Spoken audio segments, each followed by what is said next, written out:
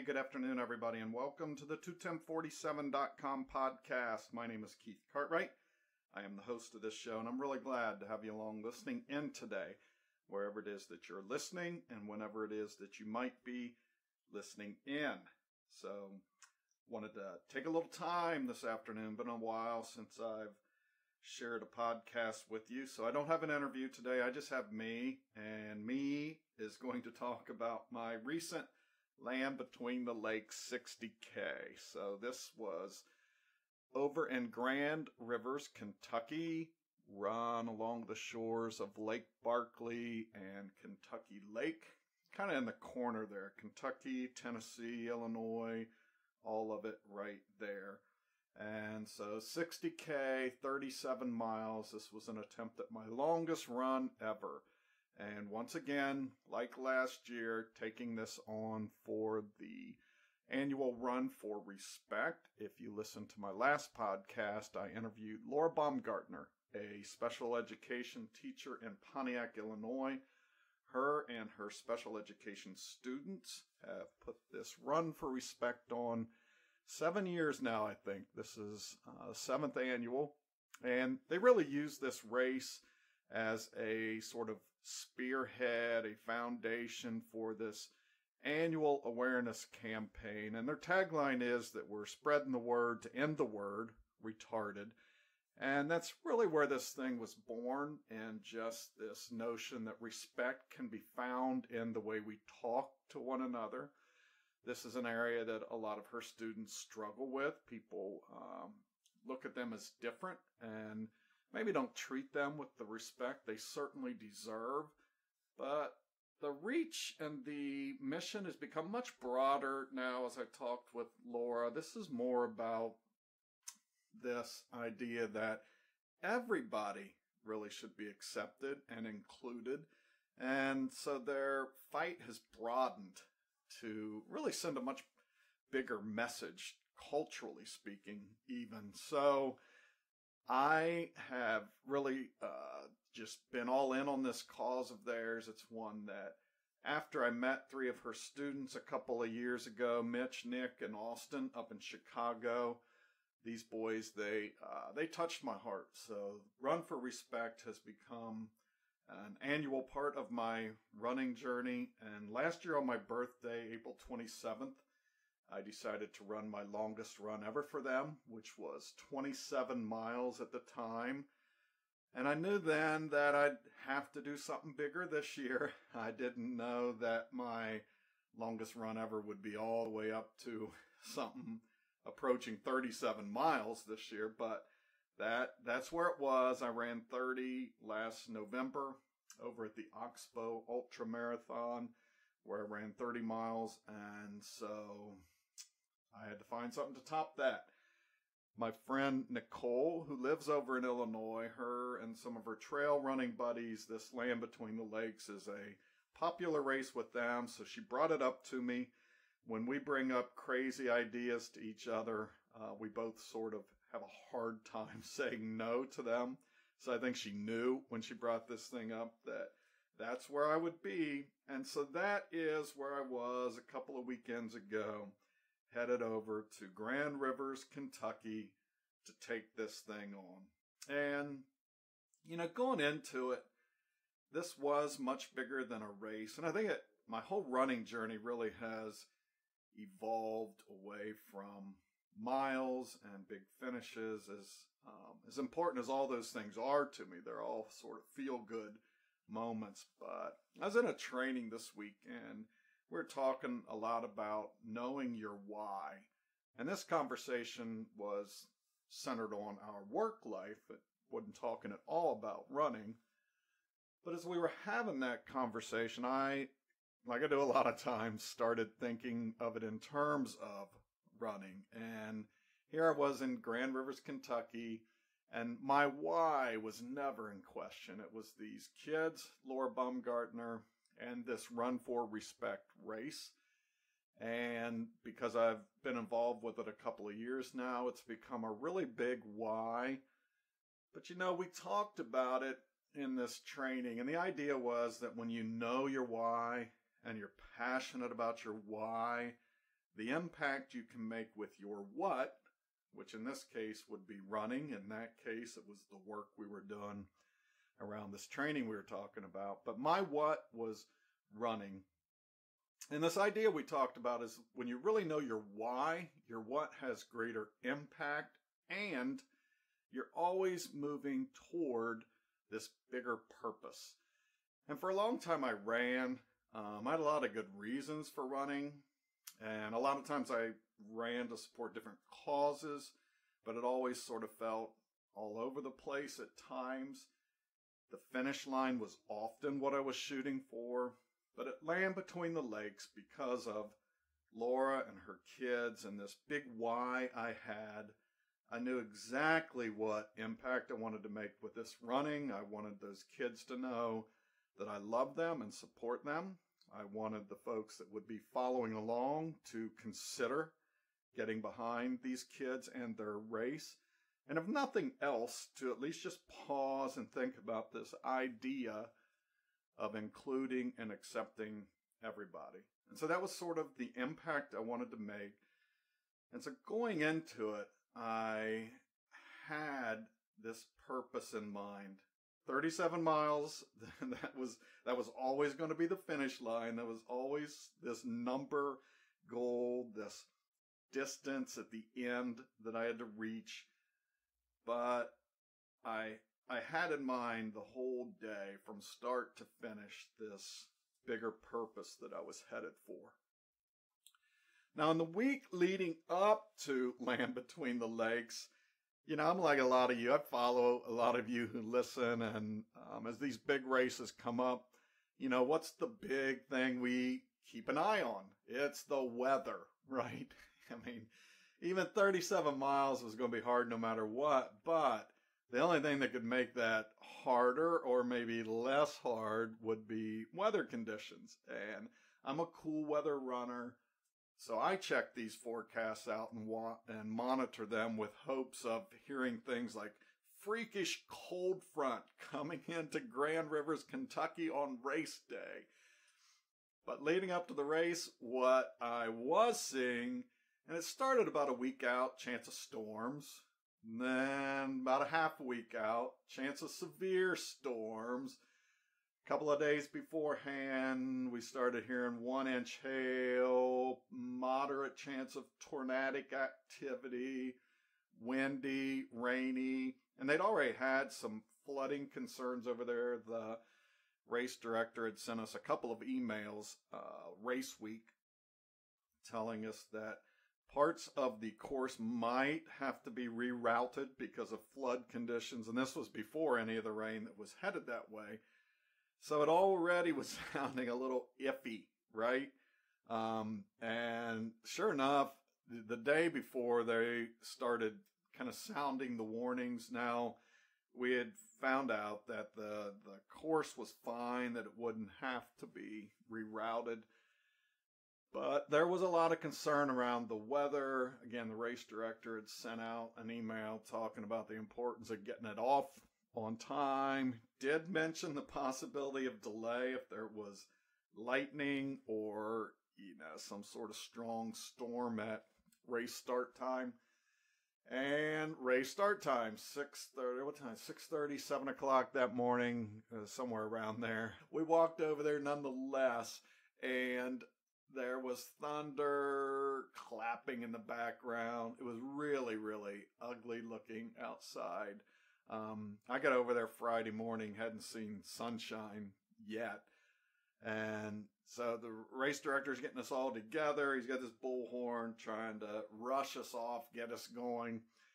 Because the first, about a little under 2 miles of this race, we start along the shore of Kentucky Lake.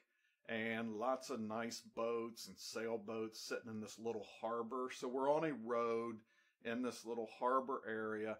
About 300 of us, I think, is what I read. Maybe a little more. Most of those would be running. So they had a half marathon option, I think, maybe a marathon option, the 60K, which we were running, and then a 50 miler. So there were 4 groups of folks most of those were running the half marathon and the marathon. So a lot of folks there running the shorter distances. They weren't going to make a whole day out of it. We had a 12-hour time limit. In my mind, it was going to take every bit of that 12 hours. But there was a large crowd to start this race off. And for the first 1.7 miles, I think, it runs out of that harbor on a paved road, on a road sort of out of this little town and headed towards the Grand Rivers Recreation Area, I think it's called, or Land Between the Lakes Recreation Area. And so we had about 2 miles on road before we ever got to the trail, and it was fairly open and went over a high-rise bridge. And as we went over this bridge, I was in my mind thinking, now, what's this going to be like 12 hours from now when we come back? Because you run almost 2 miles on the road to the trail, enter this 11-mile loop around the shores of Kentucky Lake and Lake Barkley. And so you're going to do that 11-mile wooded trail loop 3 times, then come back and hit your 1.7 on the road back home. So that's kind of the day we had ahead of us. And going on that road, like I said, I was just kind of looking around, wondering what I would feel like 12 hours later, 37 miles later on the return trip.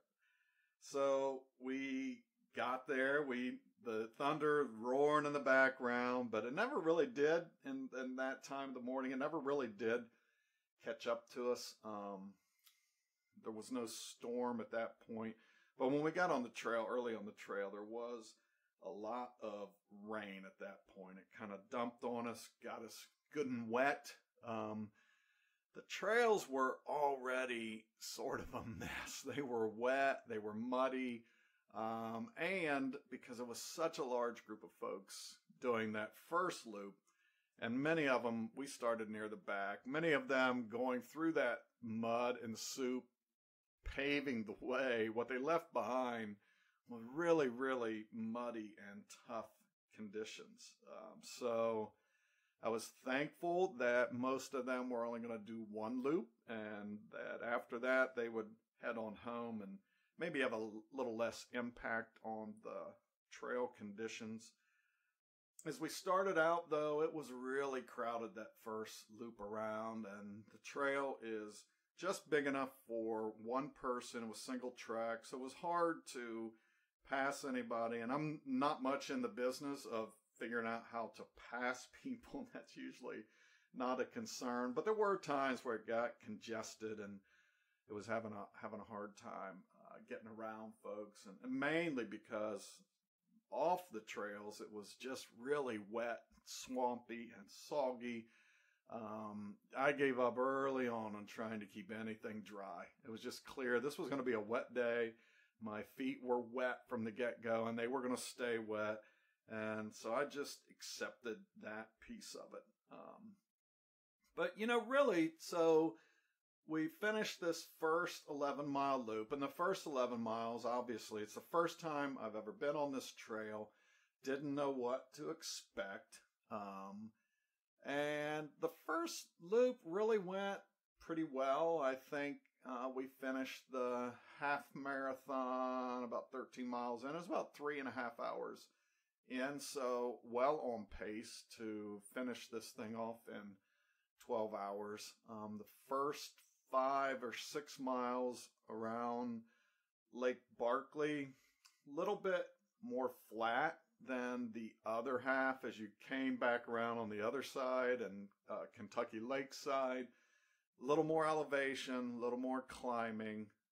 But fortunately, every 3 miles or so, there was an aid station where just some awesome volunteers.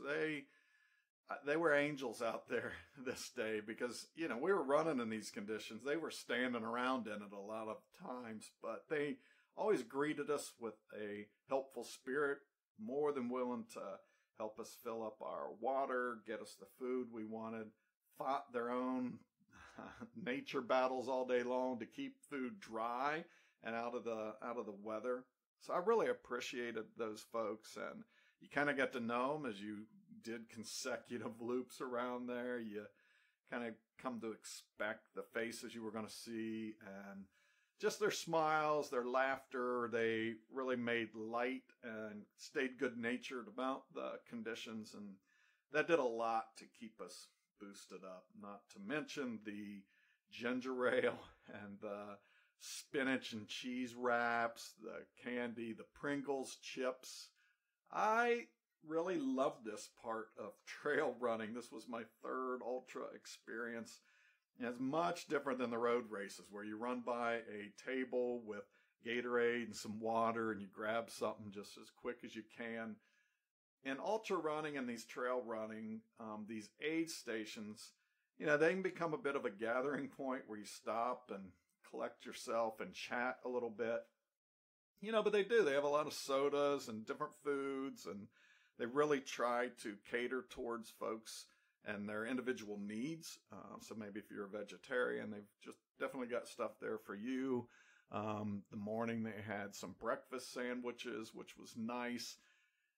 So my friend Jenny Baker, when she was talking about the Georgia Jewel that I ran last year, she had mentioned that these trail runs are really just buffets with a little running thrown in. Now, Georgia Jewel kicked my butt, so I never really got in the mood to eat or run in Georgia. But at Land Between the Lakes, I kind of got her point. It did feel a little more like eat and run. But we finished that first loop, and you come around and you go back into the woods and start loop 2. And by this time, the weather was getting a little more challenging. There was a lot more rain. The wind was picking up. So by the time race day started, there were wind advisories calling for wind gusts of 40 to 50 mile an hour. And we were buried in the trees, so you didn't feel the full brunt of that. But if you looked up at the top of the trees, you realized, okay, that's a warranted wind advisory. The trees were really blowing. You could hear them at times creaking and cracking. And as we went through this second loop, all of that started to pick up. As the rain came down harder, the trails that had standing water in them were now running water. In places we were running in rivers.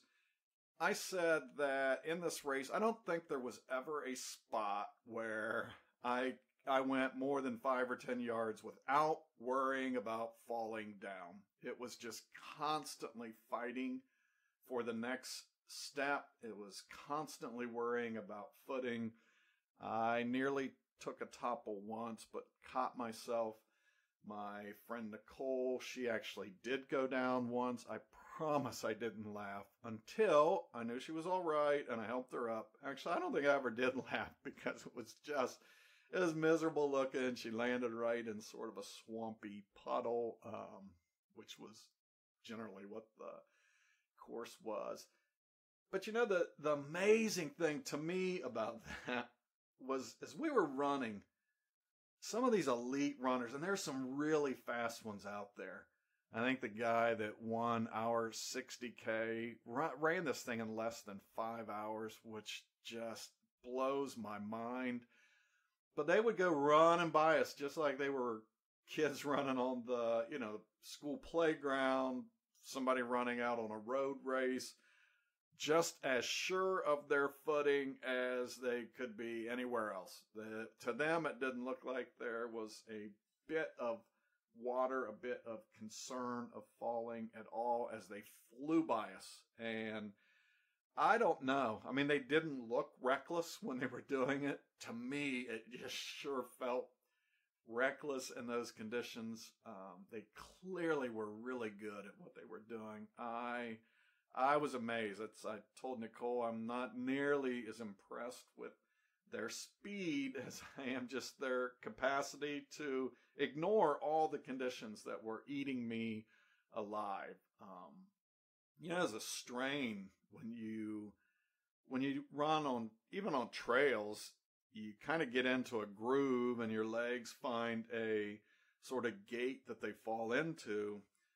my legs never found a common stride. I think every stride I took was different. I think a new set of muscles came into play every time I took a step, because every step was just fighting to stand up. And so by the end of this second loop, when we came, my legs were really fatigued.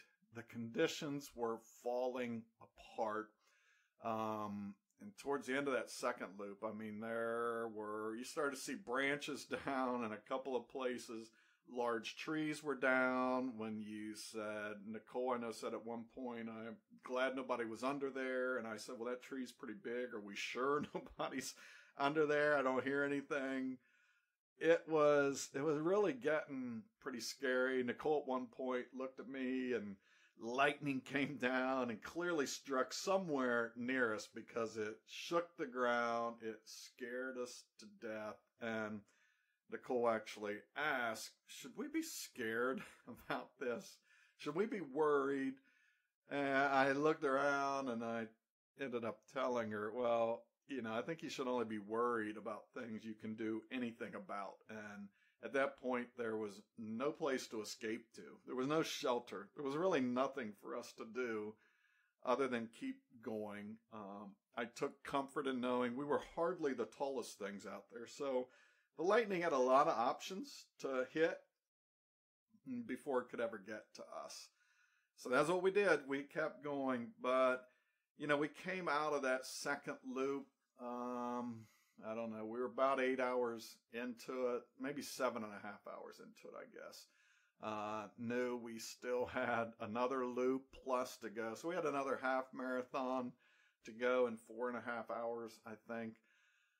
I knew that was going to be a tight finish to get done and out of that loop in the 12-hour cutoff. I was confident we could do it. But it was starting to wear on me. The conditions were getting hard. I was definitely much, much, much more tired coming out of that second loop, headed into the third one. But at no point did I think about stopping. I wasn't in this place, can I go on? I was all in on doing this thing. And that's a beautiful thing. I really love these loop races. I loved it at Oxbow. It was a 5-mile loop. And couple of things about that. It really, obviously, in a very structured way, breaks up the race. So you're always thinking, at Oxbow, it was just a 5-mile race. I just wanted to see how many 5-mile races I could run. And at Land Between the Lakes, I knew I just had to do these 3, 11-mile races. In my mind, I set it up. It's less than a half marathon. I've done that many times. And so you always get sort of this natural break in the action, a finish line before the finish line. From a mental game standpoint, that is really helpful to me. If I'm going to start a race and know this thing don't end till 37 miles down the road and it's just start and finish, mentally that's a tougher deal for me to do. So I like these loop races. And then the other thing it does is, once you get into this loop, it's like, well, I'm in here now. And then the farther you get into it, it's like, there's no sense turning back. It's as quick to get around by finishing the loop as it is to turn around. And so mentally, they help keep you in the game. Now, I will tell you, on this third loop, it's not like an Oxbow 5-mile loop. It was 11 miles and on tired legs and in worsening conditions. As we were going through the first half of this loop, which, like I said, was the less challenging part, it was still full of challenge. But I knew it was on the other side that we would start getting into the hills and the climbs. And I knew that was waiting. And so this was going to be one challenging loop. And at this time, it was a lot of walking. The trails were as bad as they'd been all day.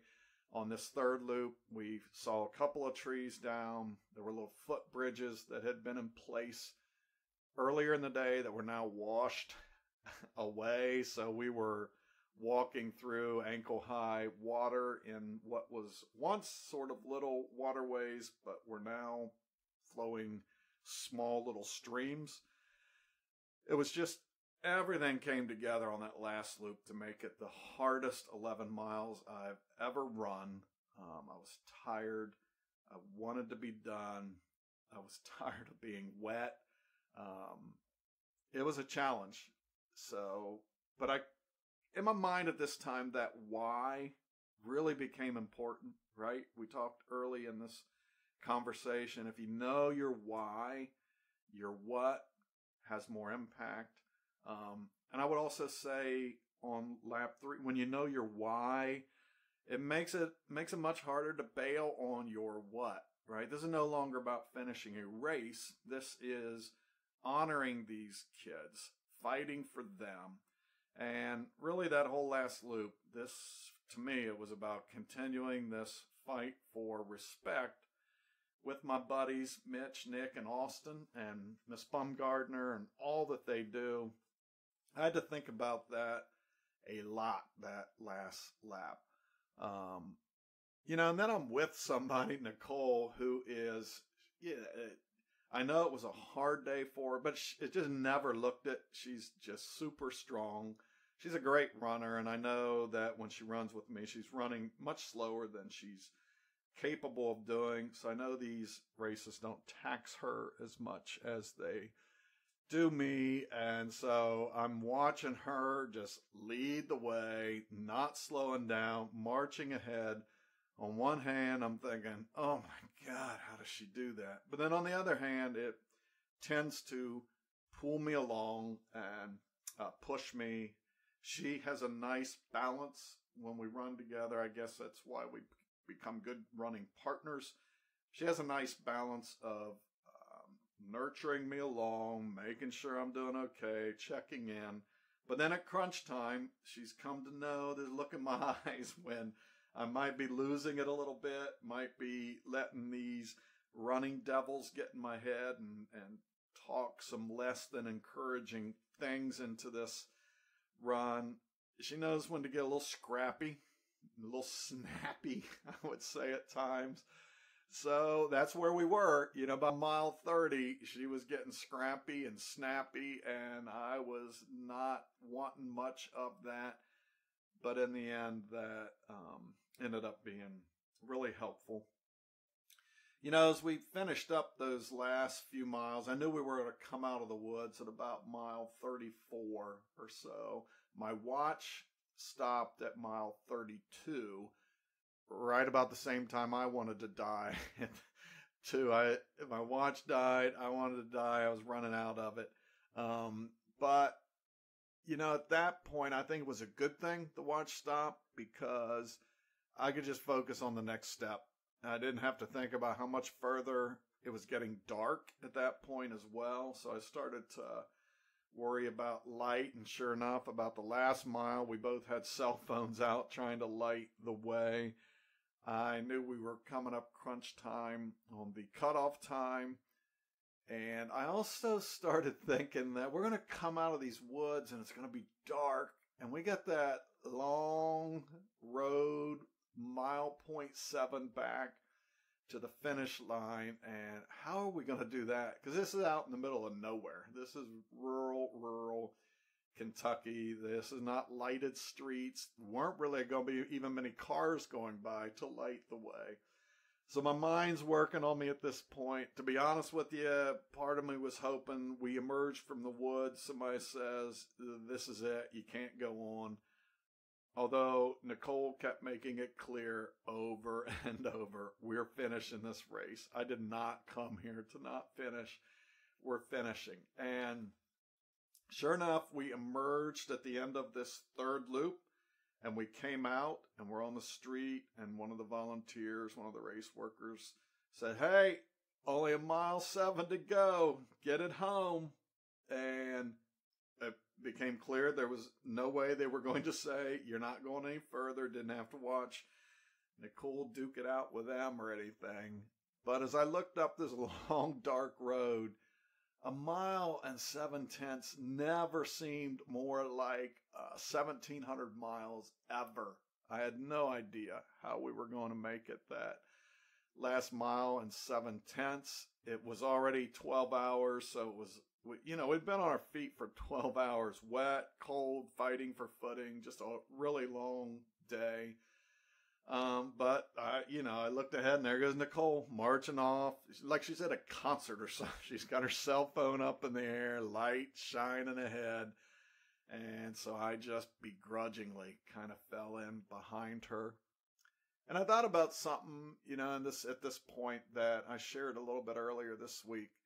I've been running pretty steady for about 5 years now. And I don't know, somewhere in my mind, I got this idea, well, if you keep training, if you just keep running hard, running will get easier. There'll be a point where you'll be out there running one day and this thing will come easy to you.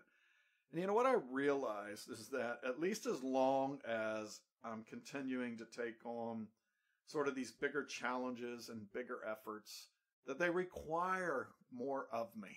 And I guess I'm always going to be running tired. I'm always going to be running myself to this point where it feels like I can't go any further. And it really struck me that that's not even the goal. The goal is not to get to a point in this running life where I can run without being tired. The point for me, at least, is that I'm trying to get to the place that when I'm running and I do get tired, that something in me allows me to keep going. I shared, my Georgia Jewel journey last year. I went down there and this was the 35-mile Georgia Jewel last September.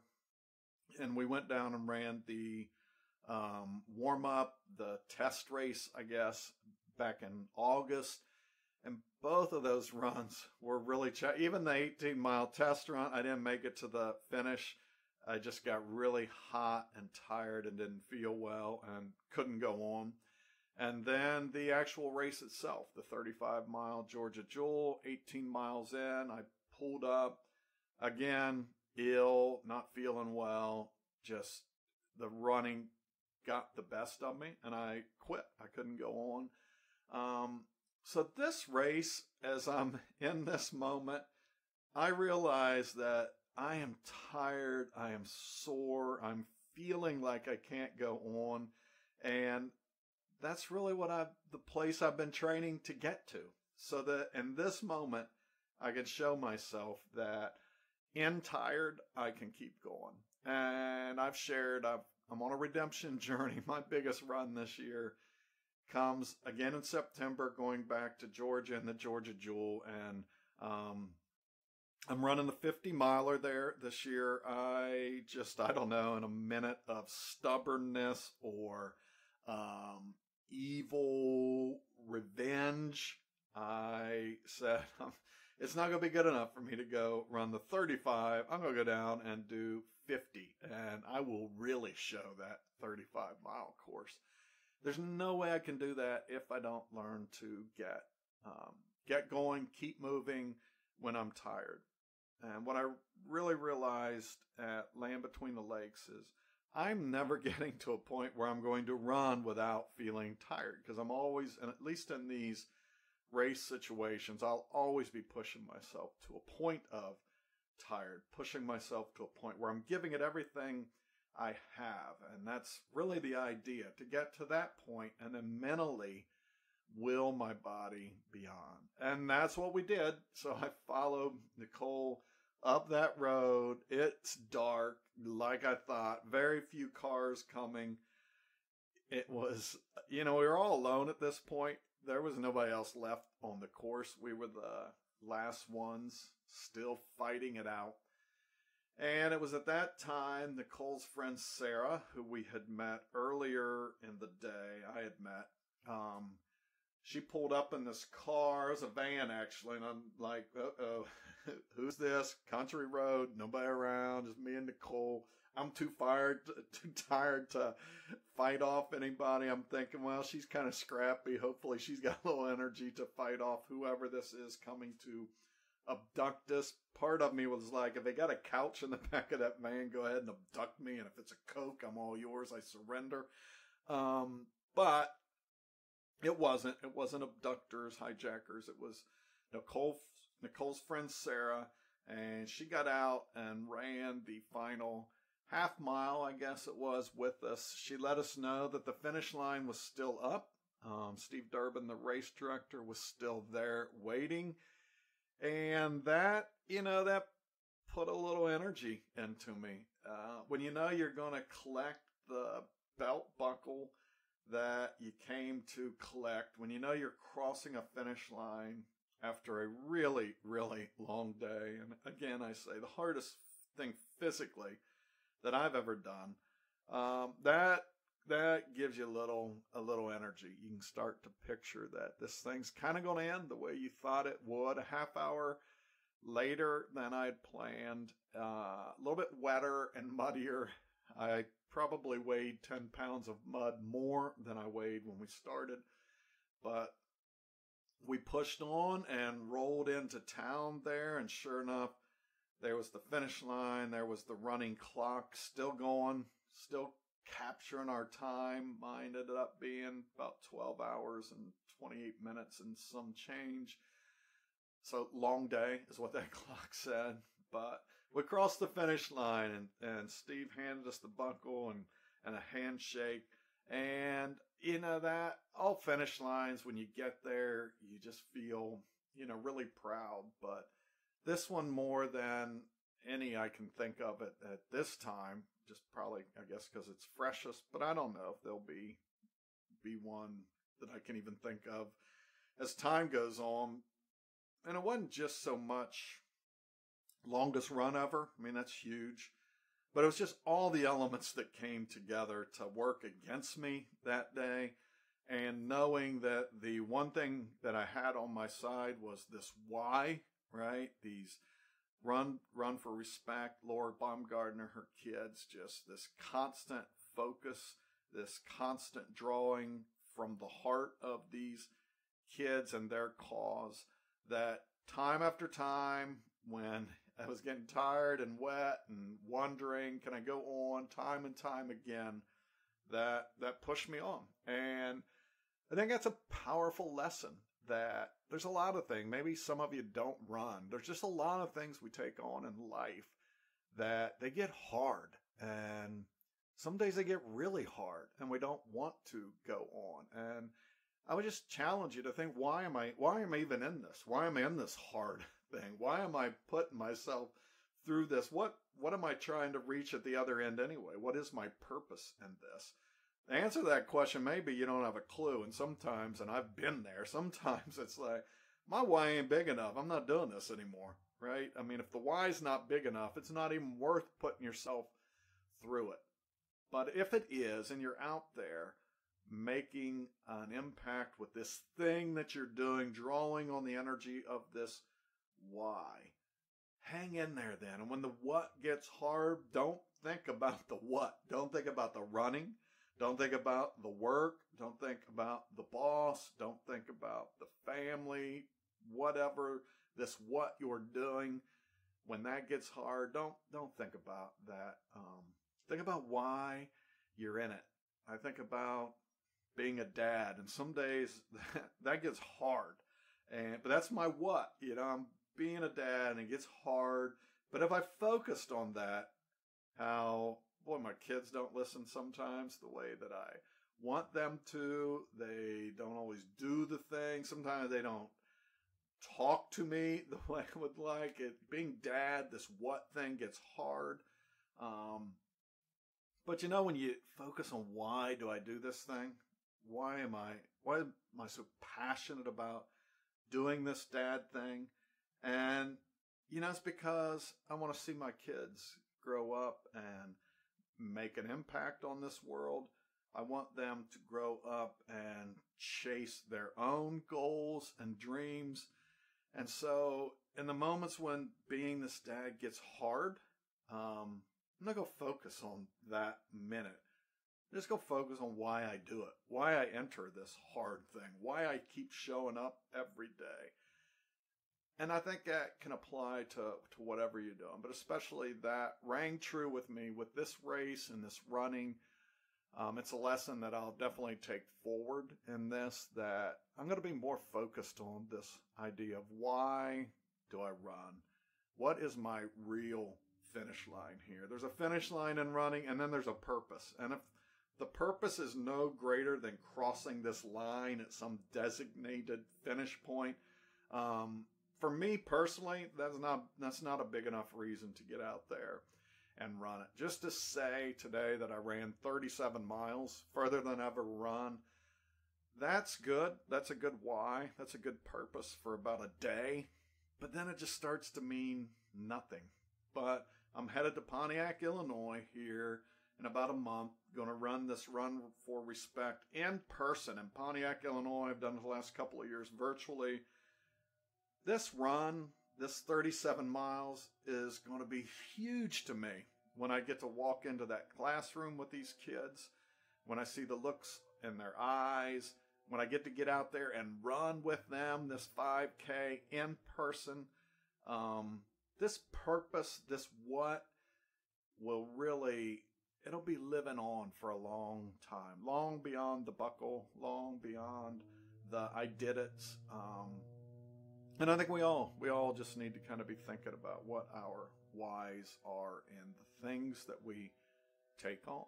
So I hope you have taken something from this recap. It's just me rambling about a long day. Good for you that I didn't ramble for 12 and a half hours, because that's how long it took to run it. You just had to listen to it for about 45 minutes or so. So I appreciate you coming, stopping by, listening to this podcast. Speaking of whys and running and purpose, my next episode, I'm bringing back Kate Fletcher.